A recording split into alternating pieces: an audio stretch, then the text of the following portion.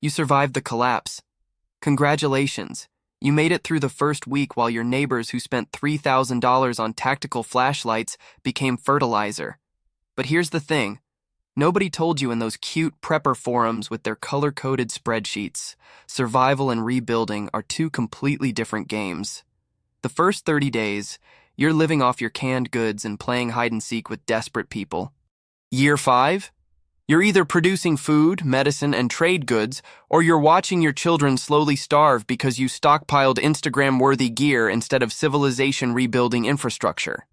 The difference between someone who survives and someone who rebuilds isn't luck.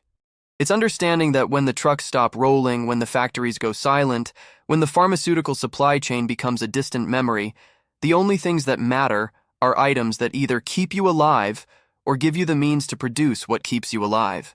We're not talking about getting through winter. We're talking about establishing the foundation for your grandchildren to have antibiotics, calories, and the ability to defend what they've built.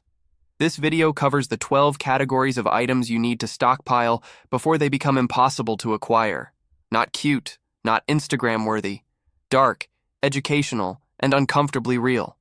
The stuff that determines whether your lineage continues or becomes a cautionary tale told around someone else's fire. If you're serious about actual preparedness, instead of playing dress-up with plate carriers, hit subscribe, because this channel goes deeper than tactical gear reviews and freeze-dried meal taste tests. Let's start with number 12, the foundation calorie that outlives civilizations. White rice. Not brown rice with its cute nutritional profile and 6-month shelf life before the oils go rancid.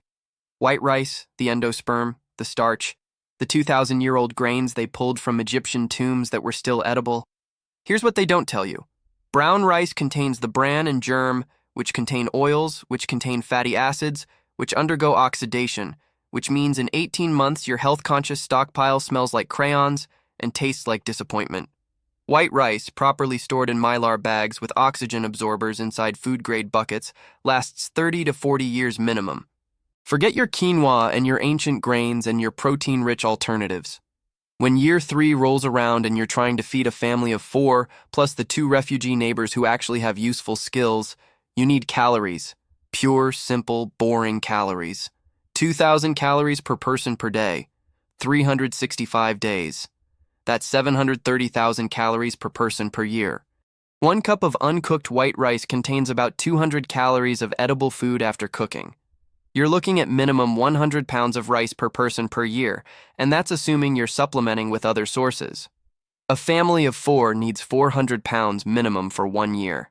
For 5 years of security, 2,000 pounds. Sounds insane until you're in year 2 and watching communities tear themselves apart over canned corn. The storage method matters more than the rice. Food-grade 5-gallon buckets, Mylar bags, oxygen absorbers rated for the volume you're sealing. The oxygen absorbers create an anaerobic environment.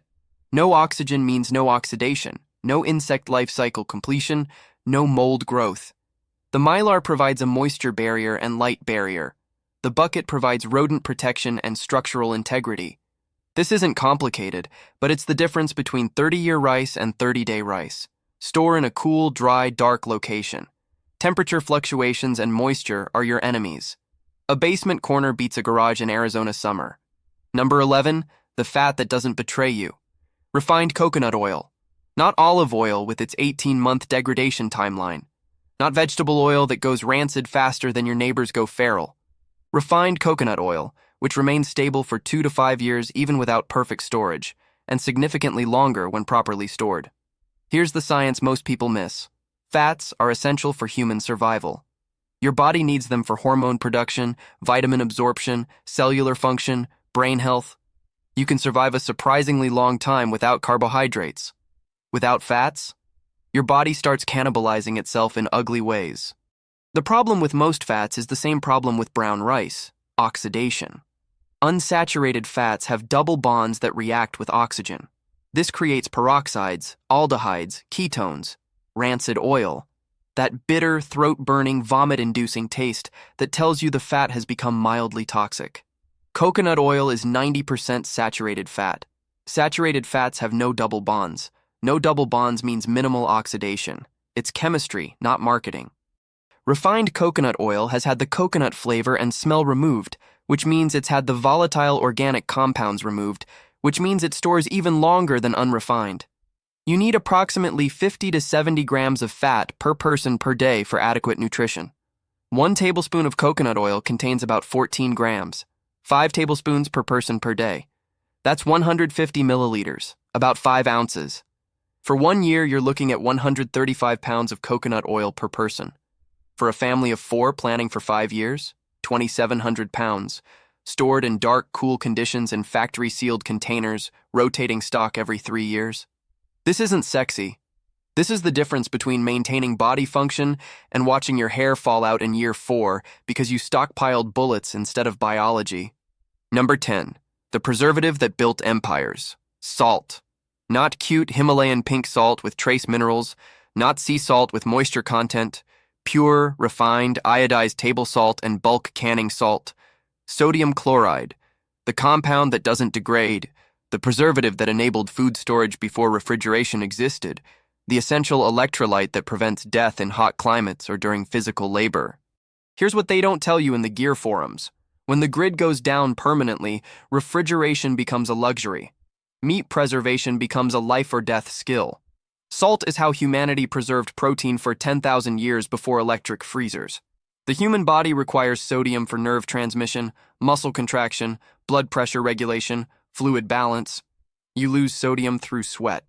In hot climates or during physical labor, you can lose 5 to 10 grams of sodium per day.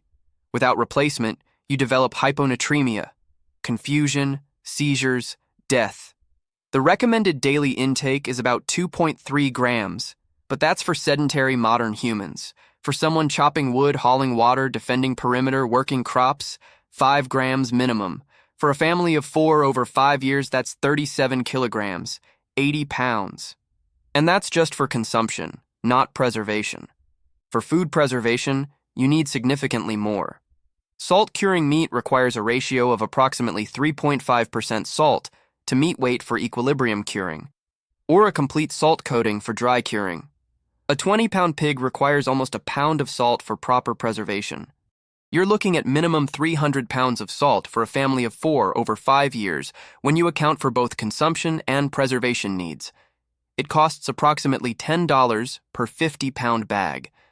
This is $360 for a 5-year supply of one of the most critical survival compounds in human history. But people spend that on a single night vision monocular and feel prepared. Number 9. The antibiotic that grows everywhere. Raw honey. Not processed, filtered, heated honey from the grocery store. Raw, unfiltered honey from local beekeepers or bulk suppliers. Here's the thing about honey. It doesn't spoil. Archaeologists have found 3,000-year-old honey in Egyptian tombs that's still edible. The reason is chemistry. Honey is supersaturated sugar solution with low water content and acidic pH. Bacteria and microorganisms cannot survive in this environment. It's naturally antimicrobial. But honey isn't just storage-stable calories. Raw honey contains hydrogen peroxide, methyl glyoxal, and B-defensin 1. These are antimicrobial compounds. Honey has been used for wound treatment for millennia because it actually prevents and fights infection. When your antibiotic stockpile runs out in year 2 and someone gets a deep laceration from rusty metal, raw honey applied topically can prevent the sepsis that would otherwise kill them. It's not perfect. It's not ampicillin. But it's infinitely better than nothing, and it lasts forever. For caloric purposes, honey provides about 64 calories per tablespoon. It's primarily simple sugars, which means quick energy, but no fat or protein. You're not living off honey. But 2 tablespoons per person per day provides a glucose source that can sustain brain function and provide energy during physically demanding days. For a family of 4 over 5 years, that's approximately 200 gallons. Stored in food-grade buckets with tight lids, in a cool, dark location, it remains viable indefinitely. Cost is higher than rice or salt, approximately $8 per pound from bulk suppliers, but you're buying a food source that doubles as medicine and never expires. Number 8, the mineral your bones demand. Calcium supplementation. Not cute calcium pills with 75% absorption in perfect conditions. Agricultural-grade bone meal or calcium carbonate powder. Here's what the long-term survival community ignores. If you're living off rice, beans, and stored grains for years, you're deficient in calcium. The human body requires about 1,000 milligrams of calcium daily. Without it, your body pulls calcium from your bones. This is called osteoporosis. It makes your skeleton brittle. Fractures become common. A broken leg in year 4 without medical care is a death sentence. Most grains and legumes contain phytic acid, which binds to minerals including calcium and prevents absorption. So even if your food contains some calcium, you're not absorbing it efficiently. You need supplemental calcium from sources with high bioavailability.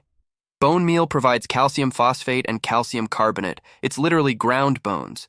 It contains the minerals bones are made of. For humans, food-grade bone meal or calcium carbonate powder provides supplementation, 1,000 milligrams per person per day. For 5 years, that's 1.8 kilograms per person. For a family of 4, about 16 pounds total. People stockpile vitamins with 3-year expiration dates and think they're covered. Vitamins degrade. Water-soluble vitamins like C and B complex break down within 2 to 3 years even in ideal conditions.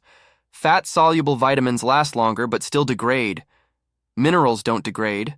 Calcium carbonate powder stored in an airtight container lasts indefinitely. It's not exciting.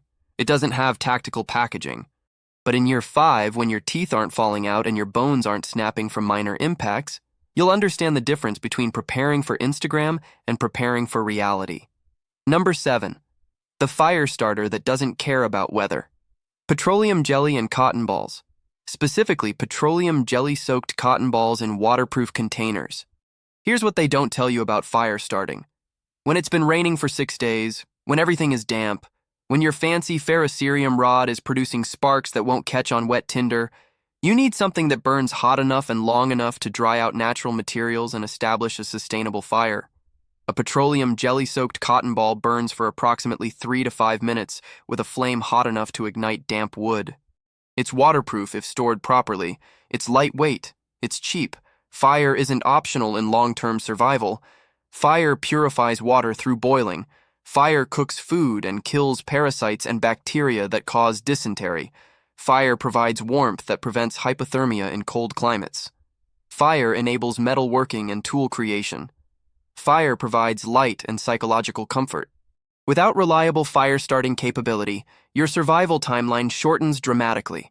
Matches get wet. Lighters run out of fuel. Ferrocerium rods work in theory, but require dry tinder and skill. Petroleum jelly cotton balls work in practice. The preparation is simple. Cotton balls, cheap from any store. Petroleum jelly, cheap from any pharmacy. Coat cotton balls with petroleum jelly until saturated but not dripping.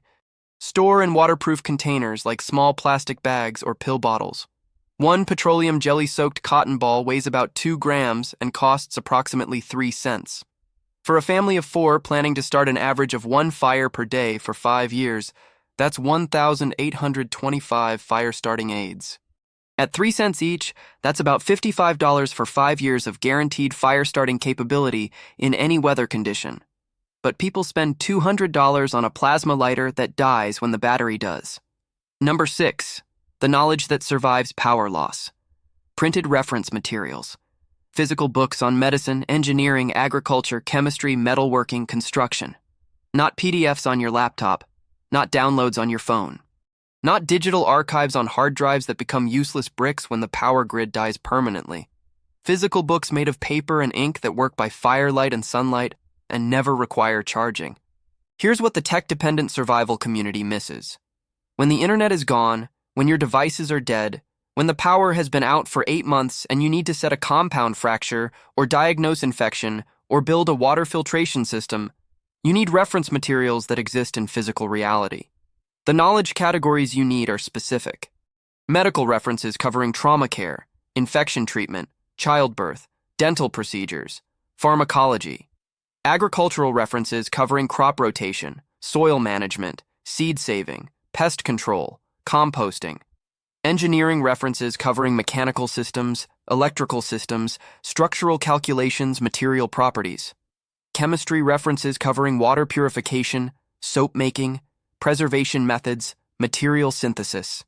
You're not memorizing this information. You're creating a knowledge repository that survives you. When your children are 15 and trying to figure out why the hand pump you built isn't working, they need reference materials that explain hydraulic principles and troubleshooting methods. People download gigabytes of survival PDFs and think they're prepared. Digital information requires power infrastructure. Power infrastructure requires functional grids or maintained solar systems or operating generators. None of these are guaranteed beyond 2 years in actual collapse. Paper lasts centuries if stored properly. The books in medieval monasteries survived longer than the kingdoms that created them. Your medical reference from the 1970s will work in 2045. Your USB drive will not. The investment is approximately $500 to $1,000 for a comprehensive reference library covering essential knowledge domains. Where's There's No Doctor? Where There's No Dentist? The Encyclopedia of Country Living, Basic Wilderness Survival Skills, The Anarchist Cookbook for Chemistry Fundamentals, Military Field Manuals for Engineering and Construction, Agricultural Extension Bulletins for Regional Growing Information. This isn't entertainment reading. This is the condensed knowledge of civilization in formats that don't require electricity. When someone is dying from infection and you need to know dosing for improvised antibiotics from stockpiled fish antibiotics, you need a reference that works by candlelight. Number 5, the metal that enables everything. Wire. Specifically, galvanized steel wire in multiple gauges and copper wire in multiple gauges. Not cute survival wire from outdoor stores. Industrial spools of wire from agricultural suppliers and electrical suppliers. Here's what they don't tell you about rebuilding. Wire is the universal connector. Wire builds fences that protect crops from animals. Wire creates snares that provide protein. Wire repairs structures and creates hanging systems and builds tools. Wire conducts electricity if you manage to establish power generation. Wire is the difference between having materials and having functional systems. Galvanized steel wire resists rust and corrosion. The zinc coating protects the steel. For fencing, 12-gauge and 14-gauge galvanized wire are standards. For snares and small repairs, 20-gauge works. For structural applications, you need heavier gauges. Copper wire conducts electricity efficiently and resists corrosion. For electrical applications, 12-gauge and 14-gauge copper wire handle most residential needs. For detail work and electronics repair, 22-gauge and smaller. You're not using this wire immediately. You're stockpiling the fundamental material that enables infrastructure creation. A single 500-foot spool of 14-gauge galvanized wire weighs about 15 pounds and costs approximately $35 from agricultural suppliers. A single 1,000-foot spool of 12-gauge copper wire weighs about 20 pounds and costs approximately $150 from electrical suppliers. For a family preparing to establish perimeter fencing, snare lines, structural repairs, and electrical systems, you need approximately 5 spools of galvanized wire in mixed gauges and 3 spools of copper wire in mixed gauges. Total investment approximately $500. Total utility over 5 to 10 years. The difference between having a defended perimeter with protein acquisition systems and having an open camp that gets raided by wildlife and humans. Number 4, the cutting edge that never quits. Files and sharpening systems. Not cheap stamped files from discount stores. Quality files from industrial suppliers. Multiple cuts and sizes. Sharpening stones ranging from coarse to fine grit. Here's the thing about metal tools in long-term survival. They dull. Your knives dull. Your axes dull. Your saws dull. Your garden tools dull. A dull knife requires 3 times the force and creates 3 times the injury risk. A dull axe turns a 1-hour wood chopping session into a 4-hour exhaustion fest. A dull saw makes construction nearly impossible. Without the ability to maintain edges, your tools become expensive clubs. Files remove metal through abrasion. Different cuts for different applications. Bastard cut for rough shaping and major blade repair. Second cut for refining shape and removing bastard cut marks. Smooth cut for final finishing. Mill files for flat surfaces. Round files for curved surfaces and chainsaw chain sharpening. Quality files from manufacturers like Nicholson or Baco cut efficiently and last for years of regular use. Cheap files wear out in months and waste time. For a family maintaining tools over 5 years, you need approximately 6 files in various cuts and shapes. Cost approximately $120 for quality files that remain functional for decades. Sharpening stones work through similar principles but with finer abrasion. Coarse stones, approximately 200 to 400 grit, for repairing damaged edges and establishing bevel angles. Medium stones, approximately 1,000 grit, for regular maintenance sharpening. Fine stones, approximately 4,000 to 6,000 grit, for polishing edges to razor sharpness. Natural Arkansas stones last forever if not dropped. Synthetic aluminum oxide and silicon carbide stones cut faster but wear faster. Diamond stones cut fastest but cost more. For comprehensive sharpening capability, you need coarse, medium, and fine stones. Total cost approximately $150 for quality stones that never expire and never require replacement parts. The alternative to maintaining tools is replacing tools. In collapse conditions, replacement isn't possible. The factory that made your knife isn't operating. The supply chain that delivered your axe doesn't exist. The store that sold your saw is an empty building. You have what you have. Maintaining it is mandatory. A quality file and stone set costing $270 maintains $10,000 worth of tools for decades. But people buy another 20 knives instead of learning to sharpen the ones they have. Number 3. The container that holds civilization. Food-grade plastic buckets with gamma seal lids. Specifically, 5-gallon high-density polyethylene buckets rated for food storage with gamma seal lids that create airtight seals but allow easy access. Here's what they don't tell you about bulk storage. You need containers that protect against moisture, pests, oxygen, light, and physical damage while remaining accessible. Cardboard boxes disintegrate in moisture. Plastic bags get chewed by rodents. Paper sacks offer no protection. Metal cans rust and require tools to open. Food-grade buckets with gamma seal lids solve every problem. High-density polyethylene is chemically stable, doesn't leach into food, resists impacts, doesn't crack in cold temperatures. Food-grade designation means the plastic hasn't been manufactured with recycled materials that might contain contaminants. 5-gallon size holds approximately 35 pounds of rice, 30 pounds of beans, enough volume for efficient storage but light enough to move when full. Gamma seal lids have a threaded inner ring that stays attached to the bucket and a threaded lid that screws into the ring. This creates a gasket seal that's airtight, but doesn't require prying tools to open. You can access contents daily without compromising seal integrity. For Mylar bag storage inside buckets, regular lids work and cost less. For contents you access regularly, gamma seals are worth the additional cost. People store thousands of dollars of food in inadequate containers and wonder why it's ruined in 2 years. Moisture gets in. Insects get in. Oxidation occurs. Food that could have lasted 30 years lasts 30 months. The container matters as much as the contents. A food-grade 5-gallon bucket costs approximately $7. A gamma seal lid costs approximately $10. For storing a family of 4's 5-year rice supply of 2,000 pounds, you need approximately 60 buckets. That's $420 for regular lids, $1,020 if every bucket has a gamma seal. This seems expensive until you compare it to replacing 2,000 pounds of ruined rice at current prices of approximately $1 per pound. $2,000 lost because you saved $400 on containers. Number 2, the fabric that doesn't quit when it gets ugly. Heavy canvas fabric and industrial tarps, not cute cotton curtains, not decorative quilting fabric.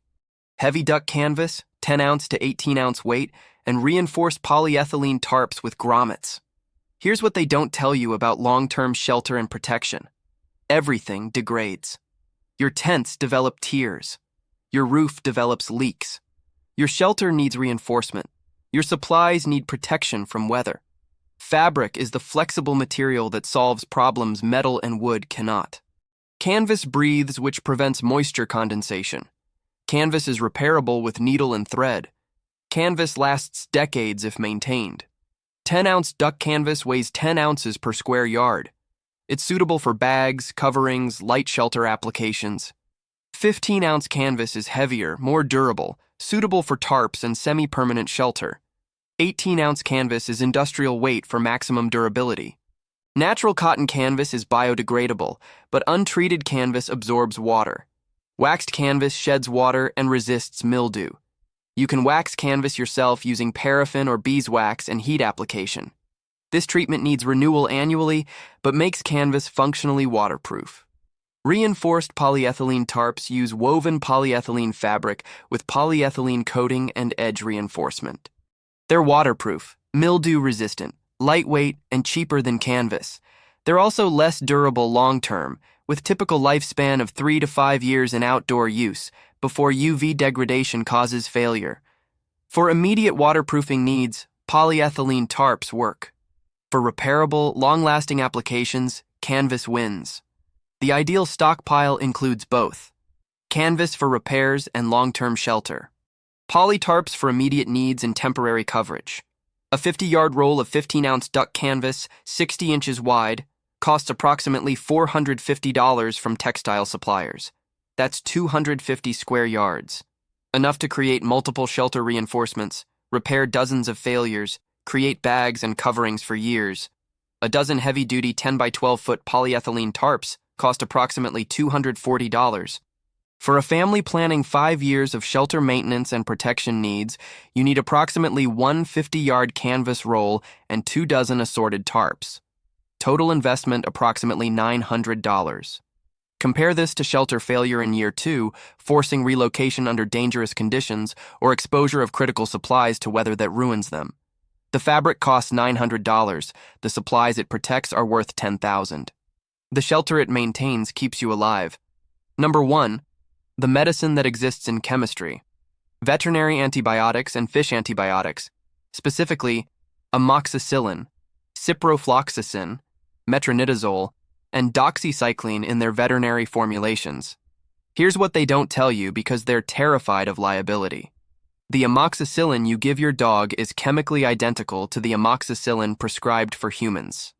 The fish antibiotics available without prescription from pet suppliers are the same molecules used in human medicine. The difference is labeling, regulation, and price. This is chemistry, not magic. Bacteria don't care if the antibiotic killing them came from a pharmacy or a pet store. When the hospitals are closed, when the pharmacies are empty, when your child develops bacterial pneumonia from exposure, antibiotics are the difference between recovery and death. Bacterial infections kill. Streptococcus kills, Staphylococcus kills, E. coli kills, anaerobic bacteria from deep wounds kill. Without antibiotics, a simple infected cut can progress to sepsis and death. With appropriate antibiotics, the same infection clears in days. This is why humanity created antibiotics. This is why they're worth more than gold in collapse conditions. This is why you stockpile them while they're available. Amoxicillin is a beta-lactam antibiotic effective against gram-positive bacteria and some gram-negative bacteria. It treats respiratory infections, skin infections, dental infections, ear infections. Typical dosing is 500 milligrams 3 times daily for 7 to 14 days depending on infection severity. For a family of 4 over 5 years with expected infection rate of approximately 2 infections per person per year, you need approximately 280 grams of amoxicillin. That's 6,500 milligram tablets. Available as fish mox from aquarium suppliers, approximately $25 per 100 tablets. Total cost approximately $140 for 5-year family amoxicillin supply. Ciprofloxacin is a fluoroquinolone antibiotic effective against gram-negative bacteria particularly. It treats urinary tract infections, gastrointestinal infections, anthrax exposure, and resistant bacterial infections. Typical dosing is 500 milligrams twice daily for 7 to 14 days. Using the same infection calculation, you need approximately 140 grams. 2,500 milligram tablets. Available as fish flocks from aquarium suppliers, approximately $30 per 100 tablets. Total cost approximately $85 for 5-year family ciprofloxacin supply. Metronidazole treats anaerobic bacterial infections and protozoal infections. Doxycycline treats a broad range of infections and serves as malaria prophylaxis. Following the same calculation and sourcing methods, total investment for a comprehensive family antibiotic stockpile covering multiple infection types is approximately $500 for 5 years of life-saving medication. The legality is clear. These are veterinary products sold legally for animal use. Using them for human consumption is off-label use and your personal medical decision. The chemistry is identical. The manufacturing standards vary by supplier, so source from reputable veterinary pharmaceutical companies with quality control. The expiration dates are conservative. Antibiotics stored in cool, dry, dark conditions remain effective years past printed expiration. Studies show most antibiotics retain 90% potency for 5 to 10 years past expiration when properly stored. This isn't legal advice. This isn't medical advice. This is information about chemistry and availability. What you do with it determines whether your family survives treatable infections in year 3.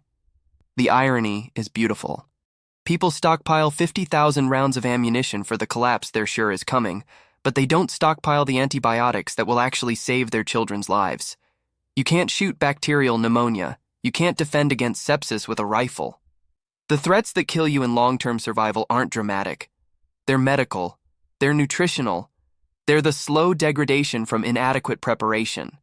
$500 of veterinary antibiotics prevents more deaths than $5,000 of ammunition. But antibiotics aren't exciting. Antibiotics don't make you feel powerful. Antibiotics just keep you alive when being alive is harder than anyone who hasn't experienced collapse can imagine. These 12 categories form the foundation. Rice for calories that last generations. Coconut oil for fats your body demands. Salt for preservation and physiology. Honey for calories and medicine. Calcium for skeletal integrity. Fire starters for essential combustion. Reference books for knowledge that survives power loss. Wire for infrastructure creation. Files and stones for tool maintenance. Buckets for protecting everything. Fabric for shelter and protection. Antibiotics for surviving the infections that would otherwise kill you. None of this is exciting. None of this is Instagram-worthy. None of this makes you look tactical or prepared in the way that sells. But in year 5, when you're eating rice you stored, preserved with salt you stockpiled, cooked over fires you can start in any weather, treated for infection with antibiotics you acquired, living in shelter you maintained with fabric you stored, using tools you kept sharp with files you bought, storing food in buckets that prevented loss, referencing books that taught you what you needed to know, you'll understand the difference between preparation theater and actual preparedness. The people who focused on gear are fertilizer. The people who focused on infrastructure are rebuilding. The choice was made in the before times when everything was available and cheap, and people chose based on what made them feel prepared instead of what would actually keep them alive. You still have that choice. The trucks are still rolling. The factories are still operating. The supply chains still function. For now. When they stop, the window closes. When they stop, the only things that matter are the things you acquired when acquisition was possible. If you're serious about this, if you're actually preparing instead of playing, hit the comments with your experience or questions. The people in this community have lived through disasters, through grid-down situations, through the scenarios that teach you what actually matters. Subscribe if you want more content that goes deeper than gear reviews and taste tests. This channel covers the uncomfortable, essential, civilization rebuilding knowledge that determines whether your lineage continues or becomes a cautionary tale. The collapse might not come, but if it does, the difference between survivors and fertilizer was determined by what they stockpiled before the truck stopped rolling.